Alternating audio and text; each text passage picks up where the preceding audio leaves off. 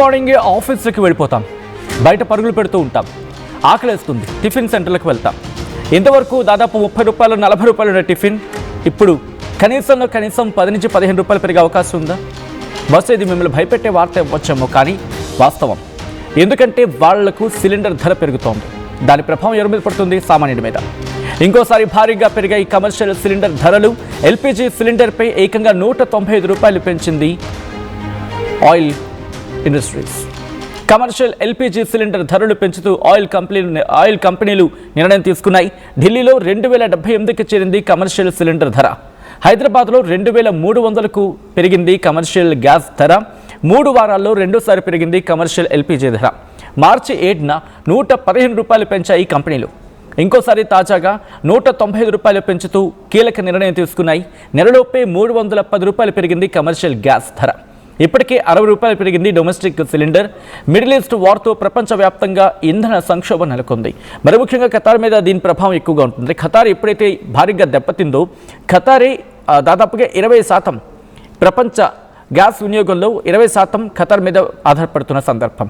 భారత్ కూడా ఇటు ఖతార్తో పాటు మిగిలిన దేశాల నుంచి దిగుమతి చేసుకుంటూ ఉంటుంది. బట్ కమర్షియల్ సిలిండర్ గురించి మాట్లాడుకునే ప్రయత్నం చేద్దాం. కమర్షియల్ సిలిండర్ గురించి మాట్లాడుకోవాలంటే భారతదేశంలో మొత్తం ఎల్పీజీ వినియోగం గురించి ముందు మాట్లాడుకోవాలి.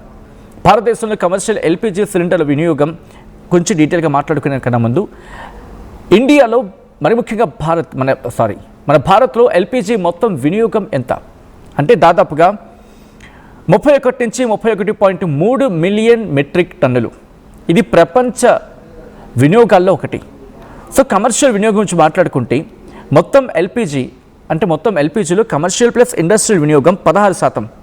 అంటే 31 మిలియన్ మెట్రిక్ టన్నులు అనుకుంటే సుమారు 4.5 నుంచి 5 మిలియన్ మెట్రిక్ టన్నులు కేవలం ఇండస్ట్రియల్ అండ్ కమర్షియల్ యూసేజ్కే వెళ్ళిపోతుంది. మిగిలినంతా కూడా డొమెస్టిక్ కావచ్చు, ఇతరత్ర విషయాల గురించి. అంటే అర్థం చేసుకోవచ్చు ఏ మేరకు ఇంపాక్ట్ చూపించబోతుందనేది. సో కమర్షియల్ అంటే మనకు తెలిసిందే, మన బయట ఈ హోటల్లో కావచ్చు, లేకపోతే హాస్టల్స్లో కావచ్చు, ఇలా ఇక్కడ ఉపయోగించేది. అండ్ ఇండస్ట్రియల్ అంటే మీరు చూడొచ్చు, గ్యాస్ కట్టర్స్ అంటూ ఉంటారు కదా, అలాంటి చోట, దాంతోపాటు వెల్డింగ్ లాంటి సందర్భాల్లో ఇలా కొన్ని గురించి మాట్లాడుకునే క్రమంలో వాటిలో వినియోగిస్తూ ఉంటారు. సో వీటి మీద కూడా ఇంపాక్ట్ చూపించే అవకాశం ఉంది. డీటెయిల్గా మాట్లాడుకునే ప్రయత్నం చేద్దాం. ఇటు తెలంగాణలో ఎటువంటి పరిస్థితి ఉంది అండ్ ప్రజల నుంచి ఎటువంటి ఆగ్రహం వ్యక్తమయ్యే అవకాశం ఉంది. ఆగ్రహం వ్యక్తమయ్యే అవకాశం ఆబ్వియస్లీ ఉంటుంది ఇటువంటి ధరలు పెరిగిన ప్రజల క్రమంలో. డీటెయిల్గా మాట్లాడుకుందాం. మా ప్రతినిధి మధు అప్డేట్స్ అందించేందుకు సిద్ధంగా ఉన్నారు. మధు, కమర్షియల్ సిలిండర్ ధర ఏకంగా నెలలో రెండోసారి పెరగడం, మార్చి 7న పెరిగింది, తర్వాత మార్చి 31న అనుకున్నారు, బట్ అది ఏప్రిల్ 1కి అంటే ఈ రోజు పెరిగిన సందర్భం. దాదాపుగా నెల రోజుల వ్యవధిలో రెండోసారి పెరగడం. ఇటు తెలంగాణ ప్రజలు ఎలా చూస్తున్నారు ఈ అంశాన్ని? ఎఫెక్ట్ ప్రపంచవ్యాప్తంగా ఉంది, దాంట్లో ముఖ్యంగా భారత్ పైన కూడా మనం చూస్తాం. కమర్షియల్ సిలిండర్లు మొదట్లో రేట్లు పెరిగాయి, అందుబాటులో లేవు. ఇప్పటికే బయట గ్యాస్ కి సంబంధించినటువంటి విషయాన్ని డొమెస్టిక్ కూడా బుక్ చేసుకోవడానికి పరిమితి పెంచినటువంటి పరిస్థితి, ఆ రోజుల పరిమితి. ఇక కమర్షియల్ అయితే ఆల్రెడీ అందుబాటులో లేక అనేక హోటళ్లు హైదరాబాద్ లో మూతబడిపోయాయి. అక్కడ ఆల్రెడీ బోర్డ్స్ దర్శనం ఇస్తున్నాయి హోటల్స్ ముందు. కమర్షియల్ సిలిండర్స్ అందుబాటులో లేనందువల్ల కొన్ని రోజుల వరకు హోటల్ అందుబాటులో ఉండదు, తర్వాత తిరిగి తెరుచుకుంటుంది అనేటువంటి కనిపిస్తా ఉంది. దాంతో పాటు కొన్ని హోటల్స్ మేనేజ్ చేస్తున్నప్పటికీ కూడా ఒక్కొక్క ఐటమ్ పైన 10 రూపాయలు ఎక్స్ట్రా తీసుకుంటున్నారు. మనం ఇడ్లీ ఆర్డర్ ఇచ్చినా, దోశ ఆర్డర్ ఇచ్చినా, లేకపోతే మీల్స్ ఆర్డర్ ఇచ్చినా, ఇంకేది ఆర్డర్ ఇచ్చినా, ఫుడ్ ఆర్డర్ ఒక 10 రూపీస్ ఈచ్ ఆర్డర్ పైన 10 రూపీస్ ఛార్జ్ చేస్తున్నారు. అంటే అది కస్టమర్ల దగ్గర నుంచే వసూలు చేస్తా ఉన్నటువంటి సిచ్యువేషన్. అయినప్పటికీ కూడా మళ్ళీ ఇప్పుడు రేట్లు పెరిగాయి. ఎల్పీజీకి సంబంధించినటువంటి కమర్షియల్ 195 రూపాయలు పెంచడం అనేటువంటిది కమర్షియల్ సిలిండర్ పైన ఖచ్చితంగా ప్రజలపైనే భారం పడే అవకాశం ఉంది. మనం చూస్తున్న మిడిల్ ఈస్ట్ వార్కి సంబంధించి గ్యాస్ కొరత ఉంది, పెట్రోల్ కొరత ఉంది, డీజిల్ కొరత ఉంది. ఇదన్నీ కూడా ఆటోమేటిక్ గా రవాణా రంగంతో పాటు కస్టమర్ల పైన పెద్ద ఎత్తున భారం పడేటువంటి అవకాశం ఉంది. అంతా ట్రాన్స్పోర్టేషన్ కి సంబంధించిన లింకే కాబట్టి ఈ తీవ్రమైనటువంటి ఇబ్బంది పెరిగి హైదరాబాద్ లో ఇప్పుడు 2300 రూపాయలకు పెరిగినటువంటి సిచ్యువేషన్. కమర్షియల్ గ్యాస్ 3 వారాల్లోనే 2 సార్లు పెరిగింది. 3 వారాల్లోనే ఇంత ఎఫెక్ట్ ఉంటే యుద్ధానికి సంబంధించి ఇంకా ఒక క్లారిటీ రాలేదు, తీవ్రత పెరుగుతా ఉంది. అక్కడ ఈ 3 దేశాలకు సంబంధించిన మధ్యన ఎవరు తగ్గడానికి సిద్ధంగా లేరు, అమెరికా, ఇరాన్, ఇజ్రాయెల్. సో ఆ ఎఫెక్ట్ ప్రపంచ దేశాలపైన పడుతుంది. ముఖ్యంగా 140 కోట్ల జనాభాతో తొలికిసలాడుతున్నటువంటి భారత్ పైన ఈ ప్రభావం ఎక్కువగా ఉండే అవకాశం ఉంది. మనం పెట్రోల్, డీజిల్, ఎల్పిజి గ్యాస్ పైన ఆధారపడి భారత్ నడుస్తా ఉంది. సో ప్రత్యామ్నాయ మార్గాల వైపు వెళ్లాల్సిన అవసరం ఉంది ఈ రోజు ప్రపంచం. సో దాన్ని గుర్తిస్తా ఉన్నారు. ఈ గ్యాస్ కొరత రాగానే హైదరాబాద్ లో ఇండక్షన్ స్టవ్ల కొనుగోలు కూడా పెరిగింది. ఎగ్జాంపుల్, అవుట్ ఆఫ్ స్టాక్ ఉంది. ఆన్లైన్ లో బుక్ చేద్దామన్నా, స్టోర్కి వెళ్ళి తీసుకుందామన్నా, బికాస్ ఈ ఎల్పిజి కొరత వల్లనే. ఆల్రెడీ పెట్రోల్ బంకుల్లో లభించేటువంటి ఎల్పిజి, సిఎన్జి ఈ కొరత ఉంది. వాహనాలకు సంబంధించి కార్లు, ఆటోలు, నిత్యావసరంగా రవాణా చేసేటువంటి కొన్ని ప్రత్యేక వాహనాలకు సంబంధించి. సో ఇది ప్రజలపైన కూడా భారం పడే అవకాశం ఉంది. కమర్షియల్ సంబంధించినటువంటి దానిపైన, ముఖ్యంగా హోటల్ రంగం పైన, పెద్ద పెద్ద హోటల్స్ రంగం పైన తీవ్ర ప్రభావం పడే అవకాశం ఉంది. ఎంత ప్రభావం పడ్డా ఈ రేట్లు మాత్రం కస్టమర్ల నుంచే వసూలు చేస్తా ఉన్నటువంటి సిచ్యువేషన్ ఉంది. ప్రత్యామ్నాయాల పైన భారత్ దృష్టి పెడతా ఉంది. నౌకలు అక్కడి నుంచి ఎల్పిజి, గ్యాస్, తర్వాత పెట్రోల్, డీజిల్ నౌకలు భారత్ కు చేరుకుంటున్నాయని చెప్తున్నా కాస్త ఈ మిడిల్ ఈస్ట్ వార్ వల్ల తీవ్ర ప్రభావం ఉండే అవకాశం ఉంది. ఇప్పటికే నరేంద్ర మోడీ స్టేట్మెంట్ చేశారు. ఒక కీలక స్టేట్మెంట్ తర్వాత రాష్ట్ర ముఖ్యమంత్రులతో మాట్లాడారు. అప్రమత్తంగా ఉండాలి, కరోనా లాంటి ఒక విపత్కర పరిస్థితిని భారత్ ఎదుర్కోవడానికి అన్ని రాష్ట్రాలు అందరూ సిద్ధంగా ఉండాలనేటువంటి స్టేట్మెంట్. ఖచ్చితంగా రేపు ఫ్యూచర్ లో మళ్ళీ ఈ ఎఫెక్ట్ పడే అవకాశం చాలా స్పష్టంగా కనిపిస్తా ఉంది. కొంత సుదీర్ఘంగా ఈ ఎఫెక్ట్ పడే అవకాశం చాలా స్పష్టంగా ఉంది. సత్యం, మధు, ఐ రిక్వెస్ట్ ఒక్కసారి మీ లైన్లో ఉండే ప్రయత్నం చేయండి. ఒకసారి బ్రేక్ డౌన్గా మాట్లాడుకునే ప్రయత్నం చేద్దాం. అంటే భారతదేశం ఎవరి మీద, అంటే ఏ దేశం నుంచి దిగుమతి చేసుకుంటూ ఉంటుంది, ఎంత పర్సెంటేజ్లో దిగుమతి చేసుకుంటూ ఉంటుంది, అసలు ఎందుకు పెరుగుతోంది, ఇంకా పెరిగే అవకాశం ఉందా, దాంతోపాటు ఇంకా అంచనాలు ఏంటి, వీటి గురించి మాట్లాడుకునే ప్రయత్నం చేద్దాం. సో ఇక్కడ ఖతర్ మీద భారత్ ఎక్కువగా డిపెండ్ అయిన సందర్భం అనుకోవాలి. Subject the correction here again. ఇంకా ఖతార్ నుంచి 45 నుంచి 50% మనం అక్కడి, అంటే ఒక విధంగా చెప్పాలంటే మేజర్ షేర్ మనకి ఖతార్ నుంచి ఉంది. దాని తర్వాత యుఎస్ నుంచి 15 to 20% మనం అక్కడి నుంచి దిగుమతి చేసుకుంటాం. అంటే మనకు సంబంధించి 45 నుంచి 50% మనకి ఖతార్ మీద మనం బేస్ అవుతున్నాం. దాంతోపాటు 15 నుంచి 20% అమెరికా మీద, 8 నుంచి 10% ఆస్ట్రేలియా మీద, 5 నుంచి 7% రష్యా మీద, 3 నుంచి 5% దుబాయ్ మీద. ఇక్కడ ఖతార్ మీద ప్రభావం, ఖతార్లో వాళ్ళ ఆ మ్యానుఫ్యాక్చరింగ్ హబ్స్ అనుకోవచ్చు, లేకపోతే మ్యానుఫ్యాక్చరింగ్ యూనిట్స్ అనుకోవచ్చు. ఈ గ్యాస్ ఉత్పత్తి అయ్యే ఆ కేంద్రాన్ని టార్గెట్ చేస్తుంది ఇరాన్. ఈ క్రమంలో ఒక్కసారిగా ఖతార్ దాదాపుగా 20%, ప్రపంచానికి సంబంధించి మాట్లాడుకుంటే 20% గ్యాస్ ఉత్పత్తి జరిగేది అక్కడి నుంచి. ఖతార్ అంత కీలకం. ఇది మనకే కాదు, ప్రపంచానికి కూడా మాట్లాడుకుంటే దాదాపు 13 నుంచి 14%, కొన్ని సందర్భాలు 20 అంటూ ఉంటారు. ఏది ఎల్ఎన్జీ ప్లస్ పైప్ లైన్ కలిపి. అందుకే ఇప్పుడు భారత ప్రభుత్వం ఏమంటోంది, పైప్ లైన్ నుంచి గ్యాస్ సరఫరా గురించి ఎక్కువగా ఆలోచించే ప్రయత్నం జరుగుతోంది. ఇప్పుడు ఎటువంటి ప్రభావం చూపించే అవకాశం ఉంది? వినియోగదారులు సాధారణంగా బయటకు వెళ్ళి టిఫిన్ చేద్దామంటే ఇప్పుడు వేడివేడిగా టిఫిన్ తినేది ఇప్పుడు కాస్త కాలిపోతుంది. ఎందుకంటే అంత హీట్ పుట్టిస్తున్న రేట్లు కూడా. డీటెయిల్గా మాట్లాడుకునే ప్రయత్నం చేద్దాం. మధు, ఇక్కడ మరి ముఖ్యంగా మాట్లాడుకునే క్రమంలో ఇంత మేరకు పెరిగిపోయిన తర్వాత ఎటువంటి సిచ్యువేషన్స్, ఇప్పటికే చాలామంది ఎలక్ట్రిక్ కుక్కర్స్ కావచ్చు, లేకపోతే ఎలక్ట్రిక్ ఇండక్షన్ స్టవ్స్ కావచ్చు, వీటి మీదకి వెళ్ళిపోయే ప్రయత్నం చేస్తున్న మార్కెట్లో అవి కూడా అవైలబిలిటీ లేవు. సో ఇప్పుడు తెలంగాణ ప్రభుత్వం ఏమైనా ఆల్టర్నేటివ్స్ ఆలోచించే ప్రయత్నం చేస్తుందా, లేకపోతే ఏమైనా కన్సెషన్స్ ఇచ్చే ప్రయత్నం జరుగుతుందా? ఎందుకంటే మనం చూసాం గతంలో కూడా కొన్ని సంక్షేమ పథకాల్లో భాగంగా వీటిని కల్పించిన సందర్భం కూడా ఉంది. సో ఇటువంటి ఆల్టర్నేటివ్స్ అని ఆలోచించే ప్రయత్నం చేస్తుందా ప్రభుత్వం? ఎగ్జాక్ట్, ఆల్రెడీ కేంద్రం సూచనలు చేసింది. డైరెక్ట్ గా ప్రధాని నరేంద్ర మోదీ రాష్ట్ర ముఖ్యమంత్రులతో వీడియో కాన్ఫరెన్స్ అయ్యారు. పలు కీలక సూచనలు చేశారు. ప్రత్యామ్నాయ మార్గాలు ఏమున్నాయి, వాటిపైన దృష్టి పెట్టాలి. దాంతో పాటు రాష్ట్రంలో అత్యవసర సేవలు వినియోగించేటువంటి వాళ్ళు ఎవరు ఉన్నారో వారికి మొదట ఏర్పాట్లు చేయాలనేటువంటి సేమ్ కరోనాకు సంబంధించిన క్రైటీరియా.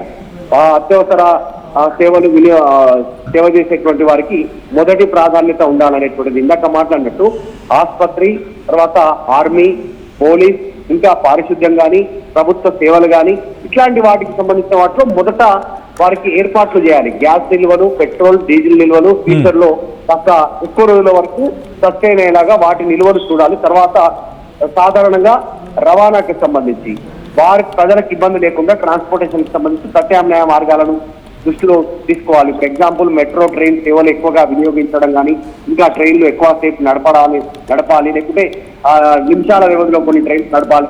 తర్వాత ఇంకా లోకల్ ట్రైన్స్ హైదరాబాద్ లో నడిపేలా, వీటిపైన ఎలక్ట్రిక్ బస్సులను ఎక్కువగా తిప్పేలా, వీటిపైన దృష్టి పెట్టాలనేటువంటి ఆలోచన. దాంతో పాటు ప్రజల్లో ఒక రకమైనటువంటి అవేర్నెస్ తీసుకురావాలి.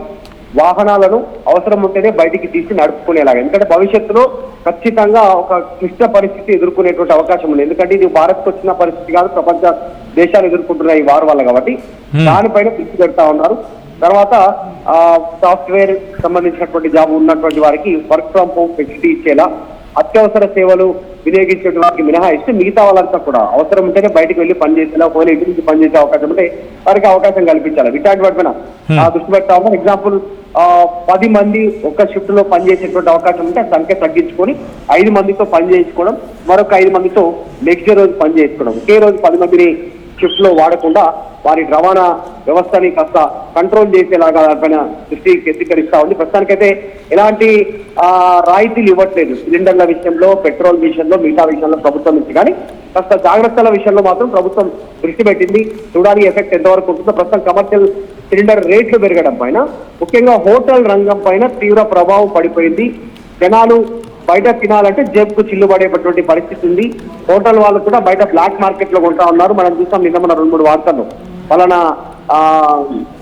శ్మశాన వాటికలో 2 నుంచి 3 వేల సిలిండర్లు అక్రమంగా బ్లాక్ చేసి అమ్ముతా ఉన్నటువంటి పరిస్థితి. ఇంకా కొన్ని ప్లేసెస్ ఇట్లా బయట పట్టుబడతా ఉన్నాయి. ఇప్పుడే ఆల్రెడీ బ్లాక్ మార్కెట్ దందా నడుస్తా ఉంది. దాన్ని కంట్రోల్ చేయాల్సినటువంటి అవసరం కూడా ప్రభుత్వం పైన ఉంది. చూడాలి ఏం జరుగుతుందో. ఈ రేట్లు ఇంకా పెరిగితే మాత్రం హోటల్ రంగం అంతా పూర్తి స్థాయిలో దెబ్బతినేటువంటి అవకాశం కనిపిస్తా ఉంది. రైట్ మీద ఒక్కసారి మీరు లైన్లో ఉండే ప్రయత్నం చేయండి. మిడిల్ ఈస్ట్ వార్ ప్రభావం కేవలం అక్కడికి మాత్రమే పరిమితం కావటం లేదు, ఏకంగా వ్యాపిస్తోంది. ఇప్పుడు ఇంకా చెప్పాలంటే విస్తరిస్తోంది. రిపకర్షన్స్ అంటూ ఉంటాం కదా, లేకపోతే ఆఫ్టర్ ఎఫెక్ట్స్ అంటూ ఉంటారు. దాని పెను ప్రభావాలు లేకపోతే దుష్పరిణామాలు ఇవి ఇప్పుడు ఇంకా కంటిన్యూ అవుతున్నాయి. ఇంకా యుద్ధం ఆగిపోకుండానే ఇటువంటి ప్రభావం ఉంటే యుద్ధం ఆగిన తర్వాత ఎలా ఉంటుంది? ఎందుకంటే నేను మాట అంటున్నానంటే యుద్ధం ప్రారంభమైంది 4 రోజులైంది, 4 రోజులు దాటింది, ఇంకొక 2-3 రోజులు ఎక్స్ట్రా అంతే. బట్ ఈ 4 రోజులకి ఇప్పటికే స్టాక్ పైల్ చేసుకుంటాయి ఆయా దేశాలు. భారత్ కూడా అలాగే స్టాక్ పైల్ చేసుకుంది. ఆ స్టాక్ పైల్ చేసుకున్న క్రమంలోనే ధరలు ఇలా పెరిగితే, ఒకవేళ యుద్ధం కంటిన్యూ అయ్యి ట్రంప్ లాంటి వ్యక్తి ఇంకా నేను యుద్ధానికి వెళ్తాను, ఇంకా తీవ్రమైన యుద్ధానికి వెళ్ళిపోతానంటే, అండ్ ఆ స్టాక్ పైల్స్ అనేవి మనకి నిండుకుంటే, మన స్టోరేజ్ కనుక షార్టేజ్ వస్తే, ఆ తర్వాత ఇంకా రేట్లు పెరిగే అవకాశం ఉంటుందా? ఆబ్వియస్లీ ఉంటుంది. ఎందుకంటే డిమాండ్ పెరుగుతుంది, సప్లై ఉండదు. అండ్ ఆ సప్లైకి సంబంధించి జరగాలంటే ప్రొడక్షన్ ఉండాలి. ప్రొడక్షన్ జరగాలంటే ఆ ప్రొడక్షన్ యూనిట్స్ ఉండాలి. ఆ ప్రొడక్షన్ యూనిట్స్ ఉండాలంటే ఆ దేశంలో అక్కడున్న పరిస్థితుల్లో అక్కడ సిచ్యువేషన్కి తగినట్టుగా అన్నీ అవైలబిలిటీ ఉండాలి. కానీ ఖతార్ ఇప్పుడు అటువంటి పరిస్థితి ఉందా? లేదు. కువైట్ అటువంటి పరిస్థితి లేదు. దుబాయ్ అంతగా కనిపించట్లేదు. And Saudi biggest question mark. Bahrain biggest question mark. Yemen పక్కన పెడతాం, ఒమెన్, ఇవన్నీ కూడా ప్రస్తుతం క్లిష్ట పరిస్థితులు ఎదుర్కొంటున్నాయి. ఒక విధంగా చెప్పాలంటే ఈ ప్రొడక్షన్ యూనిట్స్గా చెప్పుకునేవి, లేకపోతే మ్యానుఫ్యాక్చరింగ్ యూనిట్స్గా చెప్పుకునేవి, ఆ మ్యానుఫ్యాక్చరింగ్ యూనిట్స్, వీటిని తయారు చేసే ఆ ప్రొడక్షన్ యూనిట్స్ ఇరాన్ అటాక్కి దెబ్బతిన్నాయి. కొన్ని సందర్భాలు వినిపించే మాట ఏంటంటే వీటిని రీబిల్డ్ చేయడానికి కొన్నేళ్ళు పట్టేస్తుంది. అంటే ఈ దెబ్బతిన్న ఇండస్ట్రీస్ని అక్కడ మళ్ళీ ప్రొడక్షన్ యూనిట్స్గా తీసుకొచ్చేందుకు ఇప్పటికిప్పుడు యుద్ధం ఆపితే కనీసం ప్రపంచం అంతా కలిసి వాళ్ళకి ఒక నష్టపరిహారము, లేకపోతే వాళ్ళకంటూ ఒక బెనిఫిషియల్గా వెనకాలండి నిలబడితేనే అప్పుడు కోలుకొని నిలబడి దాదాపుగా 3 నెలల్లో కనీసం అంతా ప్రపంచం అంతా కలిసి కట్టుకొచ్చి వాళ్ళు ఆదుకుంటే ఒక 3 నెలల్లో తిరిగి కోలుకునే అవకాశం ఉంది. అండ్ నీడ్ ప్రపంచానికి కూడా అవసరం. అండ్ ఇటువంటి సందర్భంలో ఇంకా యుద్ధం కంటిన్యూ చేస్తాను, ఏప్రిల్ 6 వరకు డెడ్లైన్ విధించాలనేది ట్రంప్ చెప్తున్న మాట. ఒకవేళ ఇంకా తీవ్రతరం చేశాడనుకోండి, గ్రౌండ్ ఆపరేషన్కి వెళ్ళిపోతే, ఇరాన్ ఇచ్చిన వార్నింగ్ ఇది, నేనంటున్న మాట కూడా కాదు, నేను ప్రపంచం సంగతి పట్టించుకోను, గల్ఫ్ దేశాలు ఇంకా గట్టిగా దెబ్బతింటాయని చెప్పి. మనకేదో తెలుగులో సామెత ఉంటుంది కదా, ఏకంగా దెబ్బ పూర్తిగా శత్రుశేషం లేనంత వరకు కొడతామన్నట్టుగా. సో ఆ టైప్లోకి వెళ్ళిపోయే అవకాశం ఉంటుంది. సో పరిస్థితి ఎంతలా మారిపోయే అవకాశం ఉంటుందంటే ఈ గల్ఫ్ దేశాల మీద ఇంకా ప్రభావం చూపించే అవకాశం ఉంటుంది. అండ్ దాని దెబ్బకి ప్రపంచం వెలువలాడిపోతుంది. అండ్ భారత్ మీద కూడా ప్రభావం చూపించే అవకాశం ఉంది. కాబట్టి ఇప్పటికిప్పుడు ట్రంప్ యుద్ధాన్ని ఆపేసాను అని చెప్పినా కూడా ఆ ఆఫ్టర్ ఎఫెక్ట్స్ కంటిన్యూ అవుతాయి. అండ్ ఇప్పటికిప్పుడు ఆపేస్తే బాగుంటుంది, ఆపకపోతే ప్రపంచం వెలువలాడిపోవాల్సిన పరిస్థితి ఉంటుంది. ఎందుకంటే ఇరాన్ తెగించేస్తుంది, నేను పోతే నాతో పాటు పట్టుకుపోతా అనే రకంలా తయారైంది. అండ్ ట్రంప్ మాట వినట్లేదు. ఒక రోజు ఒక మాట అంటాడు, ఇంకో రోజు ఇంకో మాట అంటాడు. ఇటువంటి సిచ్యువేషన్స్లో ఆ ప్రొడక్షన్ యూనిట్స్ ఎప్పుడు అవి మళ్ళీ పుంజుకోవాలి, ఎప్పుడు ఆ మ్యానుఫ్యాక్చరింగ్ యూనిట్స్ ఎప్పుడు మళ్ళీ తిరిగి పుంజుకోవాలి. ఒక విధంగా చెప్పాలంటే ఒక ఇంట్లో అగ్ని ప్రమాదం జరిగిందండి, లేకపోతే ఒక దాడి జరిగింది. ఆ ఇంట్లో వంట వండుతూ ఉంటారు, ఒక 10 మందికి వంట పెడుతూ ఉంటారు, వంట చేసి పెడుతూ ఉంటారు. ఆ ఇంటి మీద దాడి జరిగినప్పుడు వంట సామాను పూర్తిగా ఛిద్రం అయిపోతాయి. ఒక 4 వచ్చి ఆదుకుంటే త్వరగా రీబిల్ట్ అవుతుంది. లేకపోతే వాళ్ళంతా వాళ్ళు కోలుకొని వాళ్ళంతా వాళ్ళు రీస్ట్రక్చర్ చేసుకొని లేకపోతే వాటిని మళ్ళీ పునరుద్ధరించుకొని చేయాలంటే కొన్నేళ్ళు పట్టేస్తుంది. అంతవరకు ఆ 10 మంది ఏం చేయాలి? ఆకలితో ఉండాల్సిందేగా. క్లుప్తంగా చెప్పాలంటే అదే పరిస్థితి ప్రస్తుతం ప్రపంచం ఎదుర్కొంటోంది. కాబట్టి ఇది ఖతర్కి ఒక్కటికే పరిమితం కావటం లేదు. ఎందుకంటే ఖతర్ గ్యాస్ విషయంలోకి వచ్చినప్పుడు Qatar, and petrol diesel energy విషయానికి వచ్చినప్పుడు సౌదీ అరేబియా, దుబాయ్ వీటి మీద. కాబట్టి ఇప్పుడు ఏం జరిగే అవకాశం ఉంది? ఇంకా రేట్లు పెరగబోతున్నాయా? మీరేమనుకుంటున్నారు? కామెంట్ చేసే ప్రయత్నం చేయండి. అండ్ ఈ కథ మిమ్మల్ని కాస్త కలవరపరచచ్చు. అయితే మిమ్మల్ని కలవరపడ గురించడం ఆర్టీవీ ఉద్దేశం కాదు, కానీ ఇటువంటి కథనాలు చూసినప్పుడు కాస్త కలవరపడ గురే అవకాశం ఉంటుంది. కాబట్టి దీనికి సంబంధించి తగిన జాగ్రత్తలు తీసుకోవాలని ఆర్టీవీ సూచించడం జరుగుతోంది. This is a disturbing content. Viewer discretion is highly advised.